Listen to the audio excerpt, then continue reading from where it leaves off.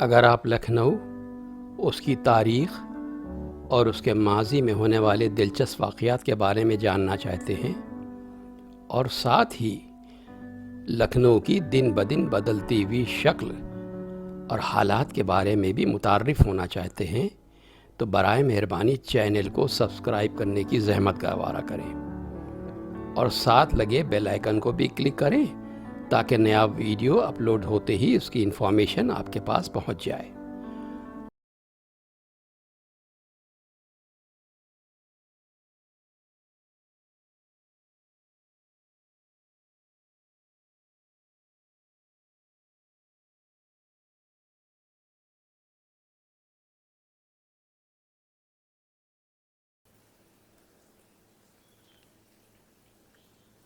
اب پیش ہے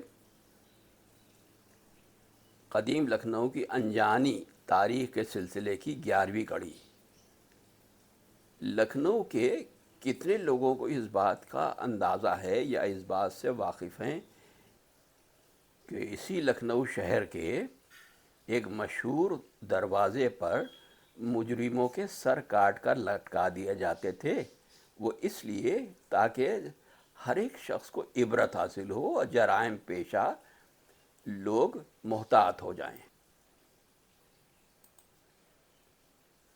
چوک کا مشہور اکبری دروازہ، یہ تو نہیں کہا جا سکتا کہ یہ چوک کی پہلی بنیاد ہے، اس لیے کہ چوک کا تصور نوابی دور میں ہوا اور یہ نوابی سے کچھ اوپر 200 برس کی بنیاد ہے۔ جلال الدین اکبر ربیع الاخر 963 ہجری میں لاہور میں تخت حکومت پر آیا اور 1014 ہجری میں انتقال کیا۔ دوران سلطنت میں یہاں کا ایک صوبیدار جو جوہر خان دہلی میں رہتا تھا، مگر اس کا نائب قاضی محمود بلگرامی یہاں کا باشندہ تھا اور اکبری دروازہ اسی نے بادشاہ کے نام پر بنوایا۔ اب یہ دروازے کو چوک کی آبادی کے لحاظ سے چوک کی آخری حد کہا جا سکتا ہے۔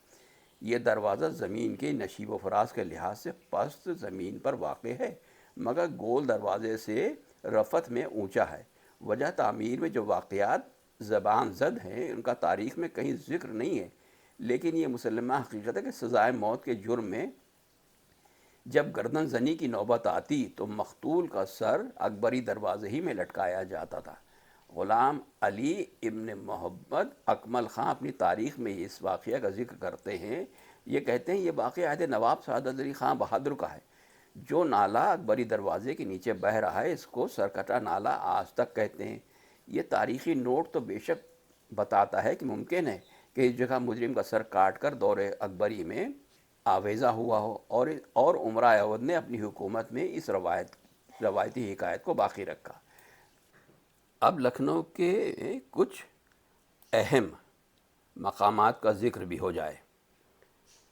اب مطبع یعنی پریس، مطبع مصطفائی عہد شاہی کے بہترین چھاپے خانوں میں سے مصطفائی پریس تھا، جو محمد مصطفیٰ خان ولد حاجی روشن خان کے اتمام سے جاری تھا۔ اس پریس کی مطبوعات زیادہ تر درسی کتابیں ہیں، جو لکھائی چھپائی کے لحاظ سے کیا کہنا۔ لٹریچر پر پریس کا ذکر ان الفاظ میں لکھا رہتا تھا: در بیت السلطنت لکھنؤ محلہ محمود نگر زیر اکبری دروازہ طبع شد۔ راجدھانی لکھنؤ میں محلہ محمود نگر میں اکبری دروازے کے نیچے چھپ کر تیار ہوا۔ مصطفیٰ خان شیشے کے بڑے تاجر تھے۔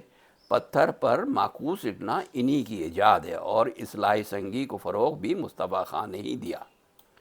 مصطفیٰ پریس پر محمد زکریا نامی کسی عالم کے حاشیے بھی موجود ہیں، جو مرد فاضل تھے۔ بڑے سلیقے اور انتہائی خوبصورتی سے یہ پریس اپنے فرائض انجام دیتا تھا۔ 1259 ہجری میں اس پریس کے فروغ کا زمانہ تھا۔ عبدالعزیز روڈ پر جاتے ہوئے نرنجن کی ٹھیکی کے پاس جو لکھوری اینٹوں کی دیواریں باقی ہیں، اس بلند حصہ زمین پر پریس موجود تھا۔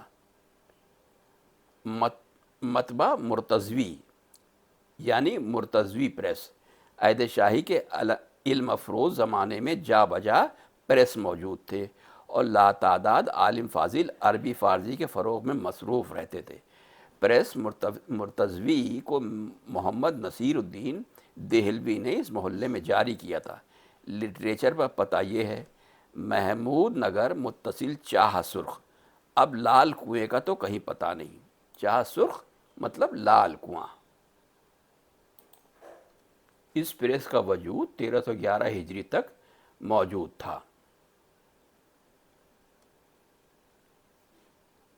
اب تکیہ کے ذکر سنیے۔ اس محلے کے آثار قدیمہ میں مذکورہ بالا دیوار اور ایک چھوٹا سا قبرستان باقی ہے، جو 1215 ہجری عہد نواب سعادت علی خاں میں مرزا انور بے خاں خلف مرزا مغل بے خاں نے اپنے کنبے کے دفن کے لیے محدود کیا تھا۔ دو پرانی مسجدیں ہیں، ایک قبرستان سے متصل، دوسری بلند دیوار کے آغاز میں۔ اسی علاقے میں امام باڑہ حیدری بھی تھا۔ یہ وہ امام باڑہ ہے جس کو حیدر جان طوائف نے آخر عہد واجد علی شاہ میں بنوایا تھا۔ چپ تازیے کے بعد کسی دن اتوار کو یہاں ایک محفل بڑی دھوم دھام سے ہوتی تھی۔ اس وقت امام باڑہ ذاتی استعمال میں ہے اور محفل بند ہے۔ کلن خاں محمود نگر کے رہنے والے میں عہد واجدی کے کلن خاں غدر کے بعد مرے۔ وہ معمولی پتھر کے دانے کو صاف کر کے 101 دانہ کا کنٹھا بناتے تھے جو ان کے ہاتھ میں رہتا تھا۔ جس نے دیکھا وہ یہی سمجھا کہ سلیمانی پتھر ہے، بڑے بڑے جوہری پہچان نہ سکتے تھے، اور وہ 2 پل کا ایسا بناتے تھے کہ صاحبان نظر دھوکہ کھا جاتے تھے۔ سینکڑوں 2 پل کے سچے کہہ کر بیچ دیے۔ بمبئی والوں کو اس بات کا اندازہ ہی نہیں ہو پایا۔ بے مثل کاریگر تھے، 2 رتی کے نگینے کو کئی رتی کا بنا کر بیچ لیتے تھے۔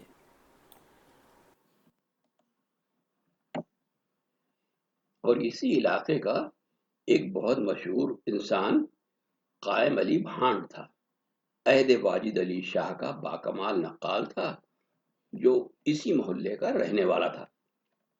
نواب علی نقی خان میں اپنی سوچا کہ قائم کی سبیل دیکھنے آئے۔ ان معززین کو دیکھتے ہی قائم سامنے آیا اور ہاتھ جوڑ کر کہا: خدا نواب صاحب کو سلامت اور بیگم صاحبہ کو قائم رکھے۔ اتنا سخت فقرہ تھا، مگر اس کا انعام دینے کے سوا کوئی چارہ نہ تھا۔ قائم کا کمال یہ تھا کہ ایک مرتبہ 3.5 گھنٹے تک منہ بناتا رہا۔ ہر دفعہ کا موشن دوسرے سے جداگانہ تھا۔ نواب حیدر خان بنگش، پہاڑی ملکوں کے رہنے والوں کو بنگش کہتے ہیں۔ دہلی میں پل بنگش ایک مقام۔ حیدر بخش فرخ آباد کے پیدا شدہ عہد سعادت علی خان میں لکھنؤ آئے۔ شہ سواری میں کمال رکھتے تھے، کیسا ہی گھوڑا کیوں نہ ہو، بغیر رکابوں کے فوراً سوار ہو جاتے تھے۔ ان کی قوت کا یہ عالم تھا کہ 2 زبردست جوانوں کے سر ٹکرا کر دونوں کو مار ڈالتے تھے، سر چور چور ہو جاتا تھا۔ آپ کا معمول تھا کہ روز ورزش کے بعد لوٹا بھر دودھ ایک سانس میں پی جاتے تھے۔ وہ تانبے کا لوٹا مؤلف قدیم ہرر نے خود دیکھا اور اس پر لکھا ہے: حیدر خان 1261 ہجری میں عہد زمانہ امجد علی شاہ کا ہے۔ لوٹے کا وزن 2.5 سیر اور 6 سیر 3 پاؤ آدھی چھٹاک پانی اس میں آتا ہے۔ حیدر خان غدر 1857 میں اپنے اکلوتے نوجوان فرزند کے، جن کا نام محمد غضنفر خان تھا، کاکوری روڈ پر قتل ہوئے۔ پریس چشمہ فیض اس محلے کا آخری پریس تھا۔ 1296 ہجری میں نادر حسین خان نے یہ چھاپا خانہ جاری کیا۔ عطائی نامہ اس پریس کا چھپا ہوا مشہور ہے۔ اب سن لیجئے ڈیٹیل میں قاعدے سے بیان سر کٹے نالے کا۔ اس نام سے اکبری دروازے کے بعد ایک محلہ آباد ہے اور آدھے شہر کا گندا پانی نالیوں سے ہو کر یہاں گرتا ہے۔ حکیم عبدالعزیز روڈ نے اس شہر کو رونق بخشی، ورنہ دن کو سیار بولتے تھے۔ محلے کی آبادی کی پہلی بنیاد یہ سڑک ہے اور شہریت کا لباس پہنانے والے خان بہادر احمد حسین تھے، جن کے مکانات، کوٹھیاں اور کارخانہ تمباکو عہد شاہی کے مکانات اور ایک قبرستان بھی موجود ہے، جس کی وجہ سے یہاں کی گندگی بڑی حد تک دور ہوئی۔ کارخانہ تمباکو، جسے احمد حسین دلدار حسین کے نام سے جانا جاتا ہے، کی پشت پر اس نالے کی جو شاخیں یہاں سے کالی جی کے مندر تک گئی ہیں، وہ دونوں طرف خام زمین ہونے کی وجہ سے فقط پست طبقے کے کچے مکانات، چھپر کھپریل میں رہنے والوں کے لیے خاص ہو کر رہ گئی ہیں۔ اب اگر آج آپ اس علاقے میں جاتے ہیں تو نالا پورے طریقے سے بند ہو گیا ہے، اور احمد حسین دلدار حسین یعنی احمد منزل کے پیچھے نالے کے بعد جس بات کا ذکر ہے کہ زمین کچی ہونے کی وجہ سے وہاں صرف چھپر اور کھپریل پہ رہنے والے لوگ رہ گئے تھے، وہ اب آپ کو کہیں دور دور تک دکھائی نہیں دے گا۔ اس علاقے میں بہت شاندار عمارتیں بن گئی ہیں، بہت سے بازار اور تمام طریقے کی سہولیتوں والے اسٹور قائم ہو گئے ہیں۔ سرکٹا نالا اس وقت ایک چوراہا ہے، ایک راستہ کوچہ میر انیس کی طرف اور دوسری راہ محمود نگر کی طرف، اور پورب کے رخ پر سینیٹری روڈ ہے۔ جنوبی پہلو میں چوپٹیوں کی سڑک ہے۔ یہاں پہنچ کر شہر کی پستی اور بلندی کا کامل فیصلہ ہوتا ہے۔ کیننگ اسٹریٹ سے وکٹوریہ اسٹریٹ پست واقع ہے، اور وکٹوریہ اسٹریٹ سے چوک نیچے پر ہے، اور چوک نسبتاً چوپٹیوں سے بلندی پر ہے۔ برسات میں نالے کا زور اور پانی برستے وقت خطرناک بہاؤ ہوتا تھا۔ اب تو حالات دوسرے ہیں، بہت بہتر ہیں۔ نوابی سے چوک شہر کا سینٹر تھا، اور سزائے موت پانے والے مجرموں کا سر قلم کر کے عبرت کے لیے اسی علاقے میں لٹکایا جاتا تھا۔ اس لیے سرکردہ نارا نام پڑا اور کافی مشہور ہوا۔ مشہور ہے کہ پہلا سر لکھنا پاسی کا جو ایک قول کی بنا پر ڈاکو تھا، عہد اکبر میں اکبری دروازے میں لٹکا تھا، اور بادشاہوں میں یہ قانون ہو گیا کہ سر اسی دروازے میں آویزہ ہو۔ ظریف کا ایک شعر ہے، کہتے ہیں تمنا ہے کہ کسی کی تیغ ہو اور اپنی گردن ہو۔ تمنا ہے کہ کسی کی تیغ ہو اور اپنی گردن ہو، پھر اس کے بعد یا رب سر کٹے نالے میں مدفن ہو۔ اسی علاقے میں ایک سید کا اکھاڑا بھی تھا۔ لکھنؤ کے نامی پہلوانوں میں دو بھائی چھوٹے سید اور بڑے سید گزرے ہیں۔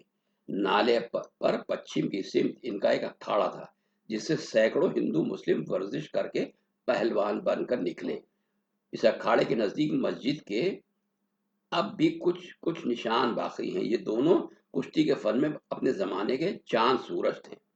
بڑے سید چھریرا بدن، میانہ قد، بلا کے پھرتیلے اور کھیڑ لگانے میں طاق، ان کی پہلی کوشش میں دیو پیکر پہلوان زمین پر جم نہیں سکتا تھا۔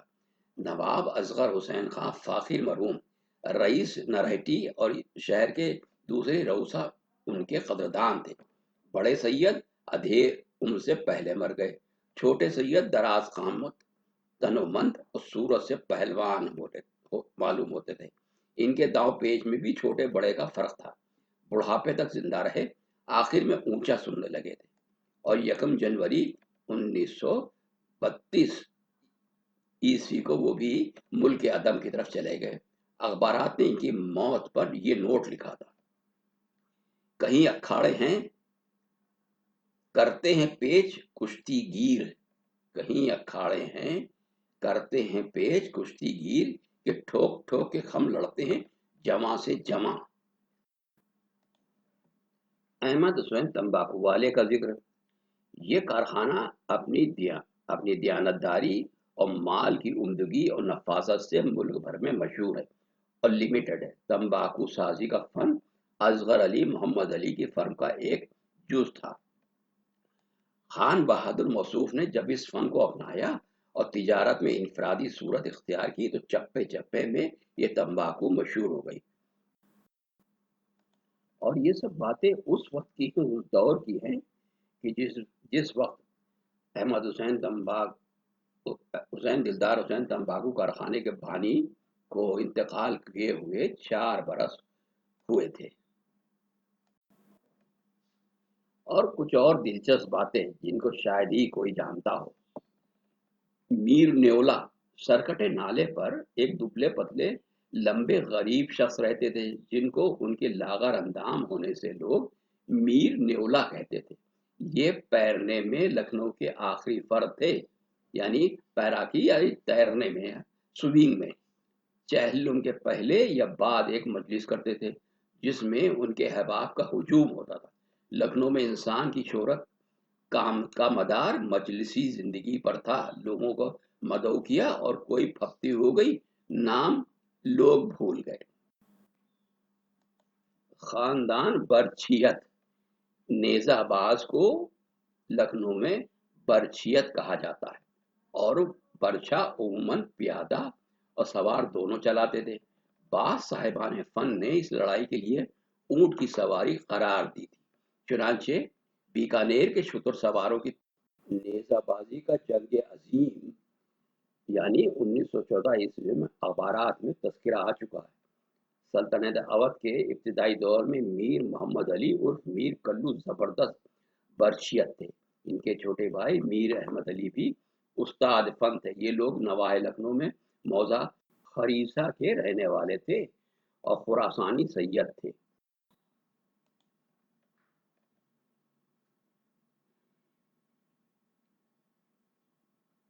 جائے قیام کی وجہ تسمیہ خریسہ اسی لیے تھی کہ وہ مہاجر خراساں سے آ کر بسے تھے اور آصف الدولہ بہادر کی سلطنت میں ان کے قدم پہلے پہل آئے۔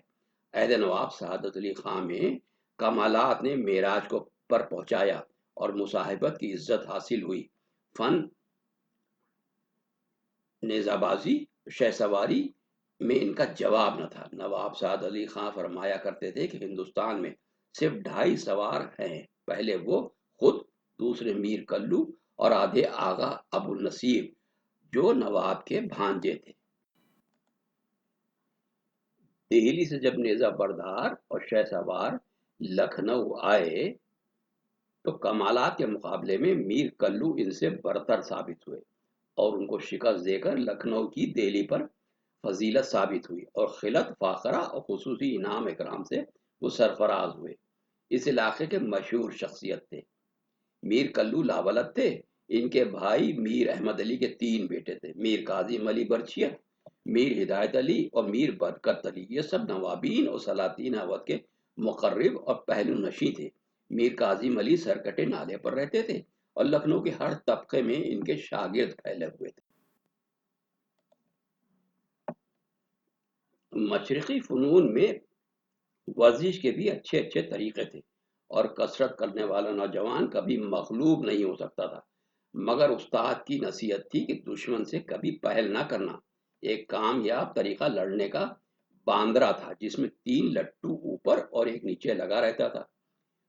اس سے بڑے بڑے جتھے دشمن کے شکست کھا جاتے تھے۔ لکھنؤ میں اس فن کے ماہر تھے، اور سادات گوپال پور ضلع سارن نے اس فن میں خاص کمال حاصل پیدا کیا تھا۔ ایک اور طریقہ لڑنے کا یہ تھا کہ جب چاقو لے کر نکلنا منع ہو گیا اور لاٹھی ناجائز قرار دی گئی، ہتھیار ساتھ میں نہ ہو، اس وقت مخروطی شکل کی 2 لکڑیاں شیشم کی اپنے ہاتھ کی مٹھی کے برابر خرادی سے تیار کراؤ، اور وہ بالکل اوسط شکل کی گاجر کے برابر۔ اس کی نوک سے ماہر فن صفوں کو چیرتا ہوا خیریت سے نرغے سے نکل جاتا ہے۔ اس فن کے آخری جاننے والے مرزا مظفر حسین منصرم جو جونپوری تھے، موصوف نے پاٹا نالا کے خرادیوں سے نقص امن کے زمانے میں اپنی حفاظت کے لیے جوڑی تیار کرائی تھی، اور اسی علاقے کا ایک مشہور ناظم علی رفوگر تھا۔ رفوگری کا فن لکھنؤ میں کشمیری شال کے ساتھ ساتھ پہنچا، اور یہاں ایک سے ایک بہتر رفوگر تھے جو کپڑا لگے ہوئے کپڑوں پر داغ دوزی بہترین طریقے سے کرتے تھے۔ چوک میں کئی رفوگر تھے، مگر سرکٹے نالے کے ناظم علی پستاقت لاغر نازک اندام کم سخن بہت بوڑھے شخص تھے، جو صرف رفو ہی نہیں کرتے تھے بلکہ پھول اور پتیاں پھٹے ہوئے دوشالے پر بناتے تھے اور رنگ میں رنگ ملا دیتے تھے۔ اب اس حلقے کے مشہور لوگ تومار میں محلہ محمود نگر اور نخاس و سڑک کا عنوان قائم کر کے حسب ذیل لوگوں کے نام ملتے ہیں: حکیم محمد علی، حکیم میر عابد علی، حکیم سید محمد جان صاحب، میر کرامت حسین صاحب، میر محمد شاہ صاحب، میر ابو الحسن صاحب، سید مرتضی صاحب، خادم حسین خان، مرزا عنایت علی صاحب، میر محمد رضا صاحب، میر نواب صاحب، مرزا ہادی حسین صاحب، میر باقر علی صاحب، رسالدار مہندی علی خان صاحب پہلوان۔ قدیم محلہ چوپٹیاں کا ذکر۔ کئی نالوں کے بیچ میں ہونے سے اس محلے کو چوپٹیا کہتے ہیں۔ ادھر سرکٹا نالا، ادھر گاما کا پل۔ یہ نالا عقب چوک گزرتا ہوا مغربی لکھنؤ سے دریائے گومتی میں گرتا ہے۔ اس محلے میں مختلف آثار قدیمہ تھے جس میں سے اب کچھ بھی باقی نہیں ہے۔ کنکوے کا میدان۔ 1891 عیسوی میں چوپٹیا پہ کلیا نامی ایک شخص رہتا تھا۔ کنکوے کا شوق ہوا اور دوستوں سے میدان بد کر کنکوے لڑانے لگے۔ آدھا پاؤ ڈور ایک ایک پیچ میں صرف ہوئی۔ تماشائیوں کا دونوں طرف ہجوم تھا۔ جس کی کنکیا کٹ گئی اس کا چہرہ فخ ہو گیا، جس نے کاٹا وہ فتح مندانہ مسکراہٹ سے آپے سے باہر۔ حاضرین کا شور، اگر کسی نے پٹیا توڑ لیا غضب ہی ہو گیا۔ چند لفنگے دوڑ پڑے، 200 گالیاں دی، دروازے پر ہجوم ہو گیا، فوجداری کی نوبت آ گئی۔ لال پگڑی والے یعنی سپاہی مچھلی والی بارادری لے گئے۔ آس پاس کے رہنے والوں کی زندگی تلخ۔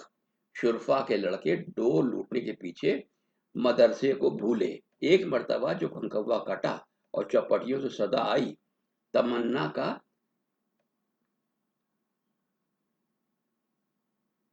چھٹ پنا تھا۔ سبزی منڈی اپنے دادا کے مکان میں کھیل رہے تھے۔ آسمان کی طرف نگاہیں تھیں۔ آوازیں سن کر پہلی مرتبہ بے ساختہ یہ شعر موضوع کیا۔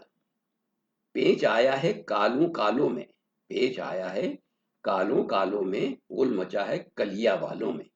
لڑکے کے ماموزاد بھائی محمد ناصر نے اپنی پھوپھی سے کہا، خوش ہو جائیے، صاحبزادہ پکے شاعر ہوں گے، ابھی سے طبیعت موزوں ہے۔ وہی ہوا۔ مجاور حسین تمنا جوان ہوتے ہوئے آسمان کے ستارہ ہو گئے۔ اب یہاں پر مچھلی والی بارادری کا ذکر آیا ہے۔ یہ مچھلی والی بارادری یعنی چوک کی کوتوالی۔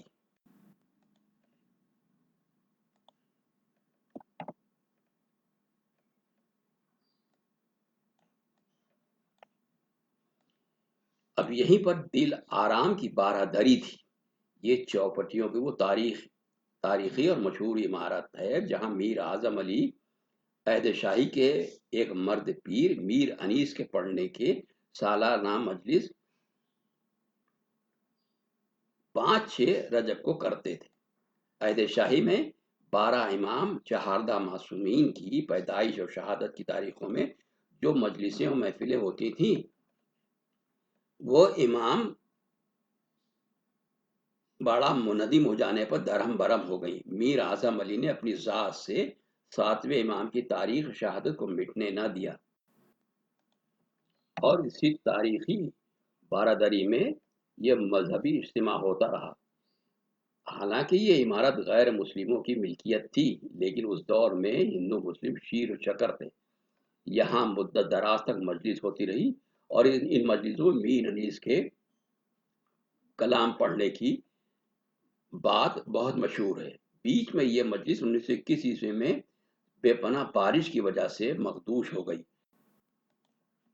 اور پھر مجلسیں امام باڑہ ممتاز العلماء میں ہونے لگی اور اس امام باڑے میں میر انیس کے پوتے سید خورشید حسن عرف دولہ صاحب کا تمام فروغ کلام اسی منبر سے ہوا۔ دل آرام کی بارادری میں صحن کا ایک حصہ سینکڑوں کی تعداد میں قائص اور دیگر غیر مسلم علم دوست اور ادب نواز مجمع کا ہوتا تھا، جو بڑی خوشی سے مجلس میں آتے تھے۔ میں نے لکھنؤ کا جو مٹا ہوا دور اسی بارادری کی مجلس میں دیکھا۔ اس وقت تک میر مصحف حسین تعلق دار مصطفیٰ آباد ضلع رائے بریلی، سید آغا حسن بیرسٹر زید پوری، میر عابد علی صاحب رائے بریلی اور اللہ جانے کہاں کہاں کے شائقین مرثیہ گوئی پہلے سے آتے تھے اور محلیت میں داز سخن دیتے تھے۔ یوں تو لکھنؤ میں ہر شاعر کے زیر ممبر اس کے شاگرد بالخصوص اور حلقہ اثر تعریفیں کرتا تھا، مگر 25 رجا کی مجلس میں دولہ صاحب کی ثنا میں پورا شہر اجتماعی حیثیت سے داد دیتا تھا۔ گرد و نواح کے دیہاتوں سے لوگ سمٹ آتے تھے اور سال بھر کے بعد دل آرام کی بارادری قلوب کو راحت پہنچاتی تھی۔ لکھنؤ کی قدیمی تہذیب و تمدن کی یہ مثالیں اب تو کہیں دکھائی اور سنائی نہیں دیتی۔ اب چوپٹیوں کا ایک بہت ہی دلچسپ واقعہ جس کا سننا بھی ضروری ہے، اسے چوپٹیوں کا بڈھا کہا جاتا ہے۔ محاورات اہل لکھنؤ میں اگر کسی سر ہلتے ہوئے بڈھے کو دیکھیں تو کہتے ہیں کہ چوپٹیوں کا بڈھا ہے۔ اگر کسی دبلے پتلے پر نظر پڑی جس کی ہڈی پسلی دکھائی دے تو کہا جاتا ہے کہ یہ چوپٹیوں کا بڈھا ہے۔ اس کی بنیاد یہ ہے کہ پچھلے زمانے میں یہاں ایک بڈھا جس کی سن ایسی داڑھی اور بڑھاپے سے ایسا نڈھال کی ہڈی چمڑا رہ گیا تھا، محرم میں بڑے شوق سے تعزیہ رکھتا تھا اور میاں بیوی شب عاشور رات بھر جاگ کر بسر کرتے تھے۔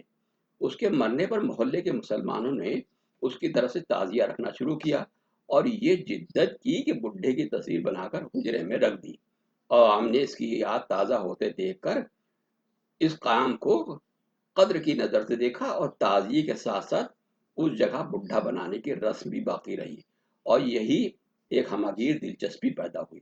اکبری دروازے کے مجسمے ساز کاریگر نے بھی دیوالی کے موقع پر مسلمانوں کا دل لبھانے کے لیے چوپٹیوں کا بڈھا بنایا، اور مٹی کے کھلونوں کی تصویروں کے سلسلے میں آج تک گراہک چوپٹیوں کا بڈھا کہہ کر اس تصویر کو خریدتے ہیں جس کا سر تصویر میں بھی ہل رہا ہے۔ الغرض ہر سال عشرہ کی رات کو محلے کے مسلمان جو صورت بناتے ہیں وہ ایک سفید داڑھی کا مرد پیر لاغر اندام سامنے رحل رکھی ہوئی اور وہ بیٹھ کر قرآن شریف کی تلاوت میں مصروف ہے۔ بڑھیا بھی سامنے بیٹھتی ہے اور روبرو چراغ روشن رہتا ہے۔ دوسرے پہلو میں حجرے کے اندر تعزیہ رکھا جاتا ہے اور سامنے لیمپ جلتا ہے، تمام رات لوگ زیارت کرتے ہیں۔ اب اگر بازار میں آج کے لکھنؤ میں ہم جائیں تو ہولی دیوالی، خاص طور پر دیوالی کے موقع پہ جو کھلونے بکتے ہیں مٹی کے، اس میں ایک بڈھا بڑھیا کی مورتی ضرور ہوتی ہے چھوٹی، جس کی گردن میں اسپرنگ لگی ہوتی ہے اور ذرا سی ہوا چلنے پر وہ ہلتی ہے۔ یہ وہی بڈھا اور بڑھیا ہے جسے چوپٹیوں کا بڈھا کے نام سے جانا جاتا ہے۔